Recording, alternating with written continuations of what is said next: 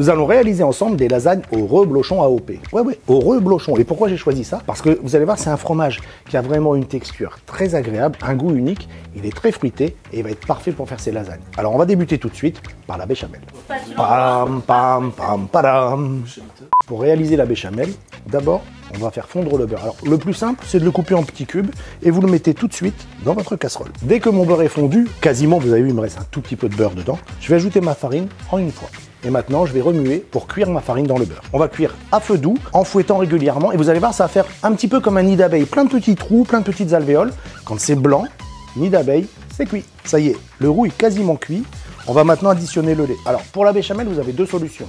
Le roux chaud, le lait froid, ou le lait chaud, le roux froid. Mon roux est chaud, on va incorporer le lait, mais très doucement au départ. Et on remue pour éviter les grumeaux. On va diluer tout doucement le roux dans le lait, toujours sur feu doux. La béchamel est quasiment terminée. On va la laisser cuire. Vous voyez, elle est à petite ébullition. On va la laisser cuire 1 minute en remuant et on va assaisonner sel. Alors, normalement, c'est piment de Cayenne, nous on va mettre du poivre et un petit peu de noix de muscade.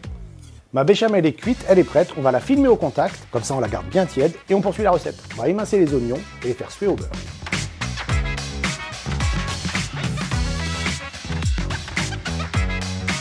Le bruit du couteau dans l'oignon, c'est signe qu'il est aiguisé. On a un fusil. Ouh, un professionnel.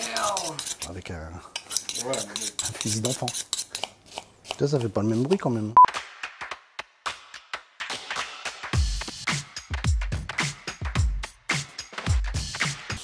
T'arrives pas à le tenir d'une main le truc? Le mélange avec l'autre. Ça va toi sinon?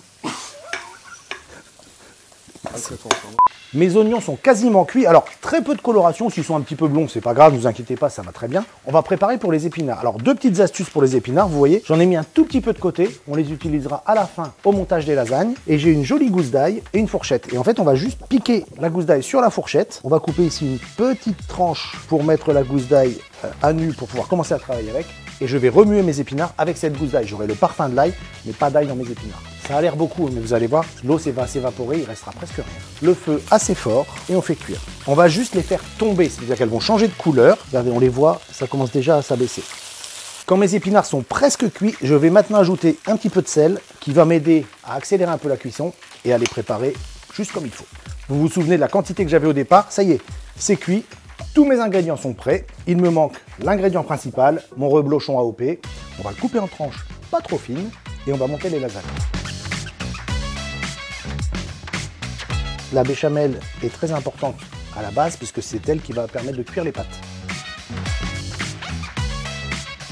Alors ce qui est important, c'est qu'il faut qu'on soit légèrement en retrait du bord pour que mes pâtes puissent cuire correctement. Pour réaliser la farce, en fait, j'utilise un petit peu de béchamel pour lier mes épinards, mais surtout, je garde la béchamel de côté pour terminer mes lasagnes à la fin. On va préparer de belles tranches de reblochon AOP. Ce reblochon AOP va être parfait pour cette recette parce que non seulement il va apporter beaucoup de gourmandise, mais en plus, il est très onctueux. Donc je vais avoir des lasagnes très onctueuses, très gourmandes. Ça va vraiment être très bon. C'est facile à préparer, c'est rapide et surtout, ça se prépare en toute saison. On peut travailler le reblochon et manger le reblochon en toute saison. Là, on est sur des épinards d'été. Vous pouvez travailler l'hiver avec des courges, avec des potimarrons, avec ce que vous voulez. Ça se marie toujours très bien. Sur ma planche, rapidement, je vais concasser mes noisettes. Alors, elles sont torréfiées.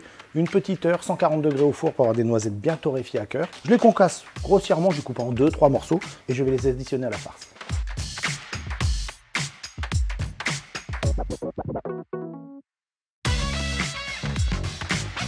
Vous vous souvenez, tout à l'heure, je vous ai dit on va garder un petit peu d'épinards sur le côté. En fait, on va les additionner maintenant parce qu'en cuisant, mes épinards vont poursuivre leur cuisson et j'aurai deux textures d'épinards, deux saveurs. Ça va vraiment bien se marier avec le reblochon qui va être très gourmand. Je remonte ensuite ma couche de lasagne. Pour être sûr que cette couche superficielle de pâte à lasagne cuise, il faut la recouvrir d'humidité. C'est pour ça qu'on avait gardé un petit peu de béchamel. Alors, on va lisser la béchamel sur la pâte à lasagne. Il n'y a pas besoin d'une grosse épaisseur, mais on a quand même besoin qu'elle soit à l'humidité de ma béchamel. On va terminer la recette avec un petit peu de crème liquide sur le dessus. Et pour les plus gourmands, si vous le souhaitez, on peut rajouter un peu de reblochon AOP. On enfourne à 180 degrés, 40 minutes à peu près. Allez, c'est parti, au four. Mes lasagnes au reblochon AOP sont prêtes. On les laisse reposer 2-3 minutes juste pour qu'elles se tassent légèrement, pour qu'elles soient plus faciles à découper. Et maintenant, il n'y a plus qu'à déguster.